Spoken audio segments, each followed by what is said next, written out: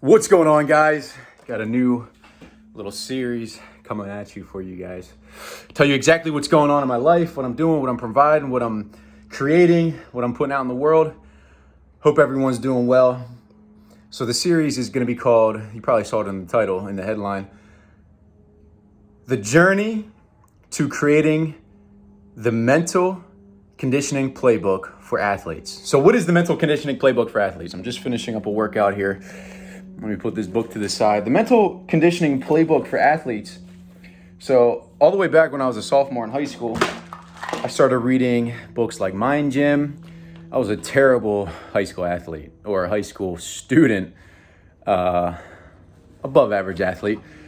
But as an athlete, you're always looking for an edge. And so this was about 2004, 2005, 16, 17 years ago. I started reading Mind Gym, and it started making a lot of sense. For those of you that have read Mind Gym, it's a short little book on the mental side of sports. So Mind Gym, the principle is, just like you work out your muscles, you got to work out your mind. You got to work out the mental side of the game. And, it goes through some strategies, some techniques, some things that other athletes do. It has a lot of stories of professional athletes. And it has some practical things that athletes can do. But that's 17 years ago. A lot of things have changed in the past 17 years, and that book is still applicable today. But I read other books like, Heads Up Baseball, The Mental Keys to Hitting, Play Big, so on and so forth. And I've been obsessed with the mental side of sports ever since. It's really what I've dedicated my life to. I've been a coach since 2013, since I stopped playing baseball in college. But anyways, going back to this playbook is going to be a short, anywhere from 60 to 75 pages, probably somewhere in that range, of short, condensed, to the point, practical, actual exercises that you can implement, that you can use to actually work on the mental side of sports. And it's going to give you a base, it's going to give you a foundation, it's going to give you a structured plan to build from. Think about when you start working out.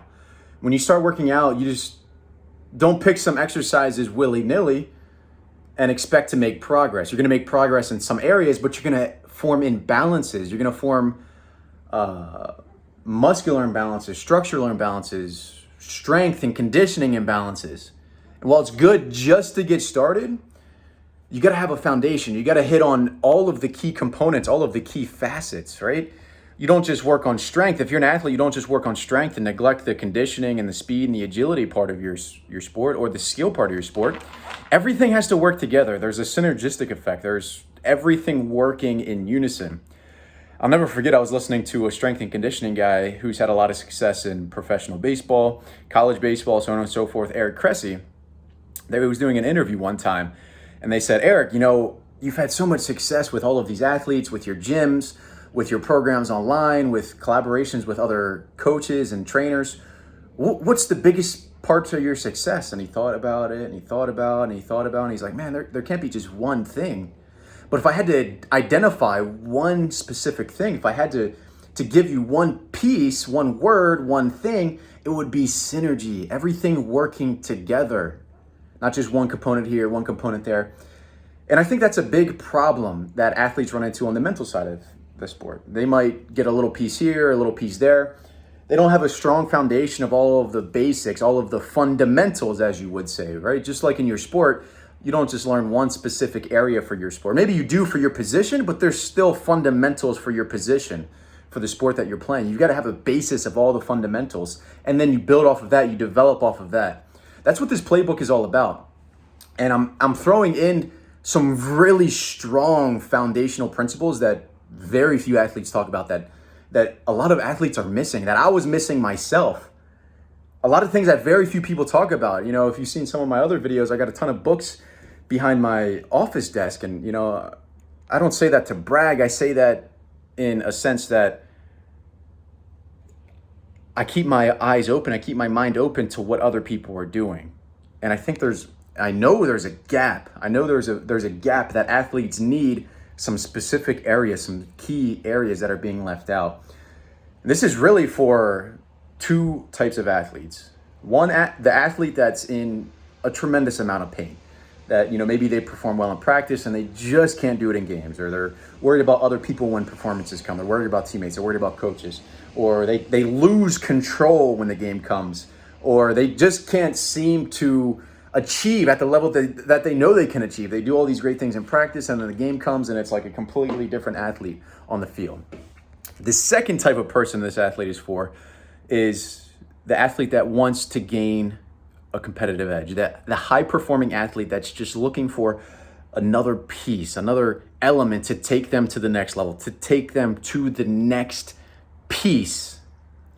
And along this journey, so I've been creating this book for, realistically, you could say I've been creating it for 17 years, but I just started writing it for the past 6 weeks. And I'm going to take you guys along the journey. It's going to be a book. It's going to be a short playbook. It's going to be an audio program. It's going to be a video program. I'm going to throw a lot of other things in there as well.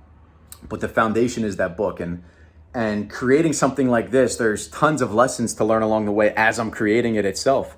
There's a ton of applicable, fundamental pieces that I'm putting into the playbook that are contributing exactly to how the playbook is going. And I wanted to start with this video because 6 weeks into this, I'm through my second revision on the book, and there's resistance, there's challenges, there's the inner voice, there's the inner pull that says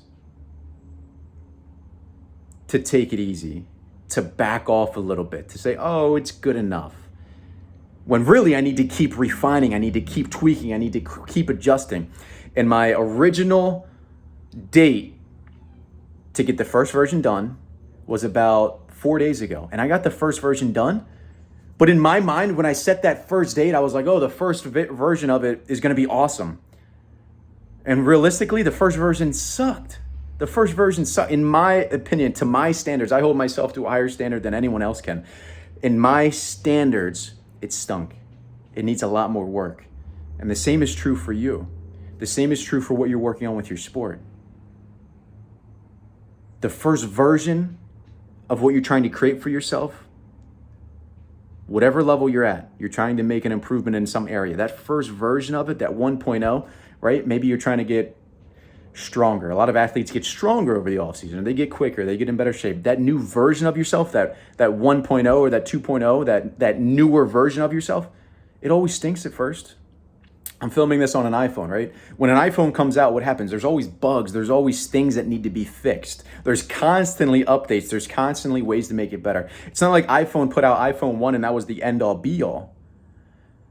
Apple put out iPhone 1, iPhone 2, iPhone 3. Now they're up to iPhone 13. And all along the way, at each level, there's different versions of it. There's upgrades. There's software updates. Same is true for you. You got to constantly make updates, and you got to be willing to accept the first version that you put out there isn't going to be your best version. If it is your best version, then you're probably in the wrong field. You're probably doing the wrong thing. So the first thing that you put out there may be your worst thing. So just be willing to accept that. So that's where I'm at. I hope everyone's doing well. Follow me along with this journey if you want to. If not, that's fine. But definitely smash that thumbs up button, subscribe to the channel. I'm going to be updating you guys pretty much every day on what's going on with this playbook. I'm calling it a playbook because it's actually something that you can put into play. It's something that you can put into use. There's a lot of books out there. There's a lot of programs out there. There's a lot of videos out there that are scatterbrained, that are all over the place, that have a lot of theory, that have a lot of fluff, and don't have much applicability. So this is about action. This is about putting it into play, the place where it matters most. So it actually gets you results. Anyways, appreciate you guys. We'll see you on the next video.